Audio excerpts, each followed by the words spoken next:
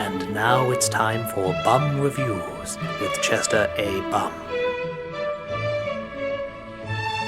Tonight's review, Man of Steel.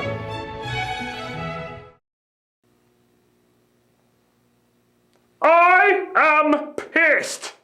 I am not pleased at all. I heard when Planet Houston was planning the Superman reboot, and you can imagine how filled with glee I was when I heard that General Zod was going to be in it. Well, guess who wasn't in it?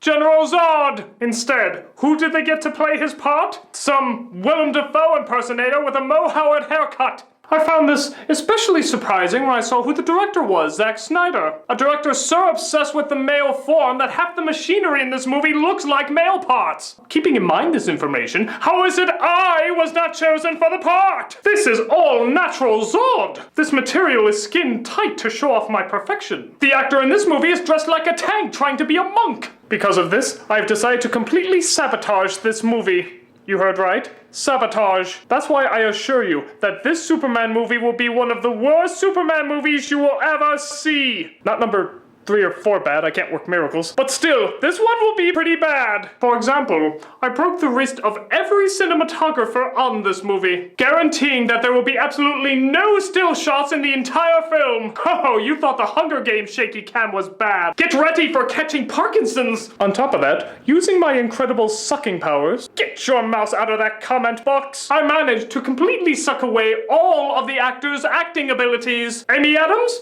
Bland. Lawrence Fishburne? Bland. Russell Crowe and Kevin Costner?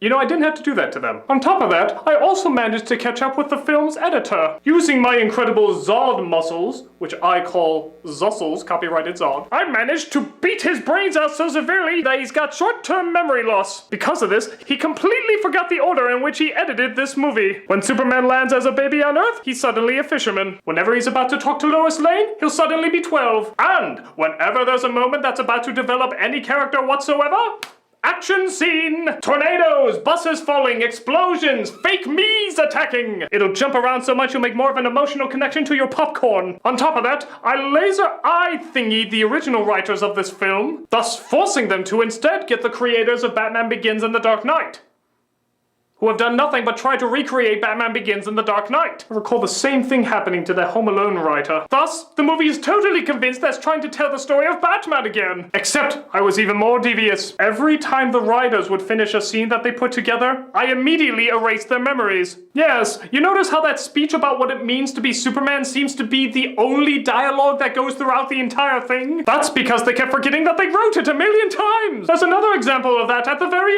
end. Oh, by the way, spoilers, I'm supposed to do that. Where Superman has fake me in a headlock and fake me is using his laser eye thingies to kill some people. The way it's set up, the people could of course duck or run away. There's about 5 different ways out of it. And Superman breaks his neck. Another flaw in not hiring me. Nobody can break this sucker. Superman screams in anger that he actually had to take another life. In any other movie, this would obviously torture him and stay with him for the rest of his life. Totally forgotten in the next scene. That's right. It's like it never happened. Because in the writer's mind, it did never happen.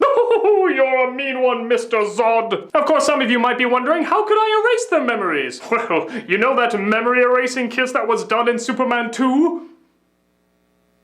Let's just leave it at that. So now you know what happens when you don't hire General Zod to play General Zod. I will ruin your movie forever and make it cinematic poison. And I know that for many of you, the movie was totally destroyed. And some argue those changes actually made it better for some reason, which is very reassuring to me. It shows you Planet Houstians will be much easier to take over than I originally intended. Next you'll be telling me you like The Purge. As for me, I think I've destroyed any credibility that DC Comics used to have. The time has come to move to Marvel and see if I can get a role playing that grape jelly thing in Avengers 2. Until then, Hey! Who locked the door? I was never here. Don't make me memory erase kiss you. It was a push instead of a pull. Well, anyway. Oh my god, this is the greatest movie I've ever seen! What? Where are you going? Hey, come back! Where are you going? Hey, Wait a minute, I was just getting started! what's with all this debris on the ground? Did I fall through the ceiling again?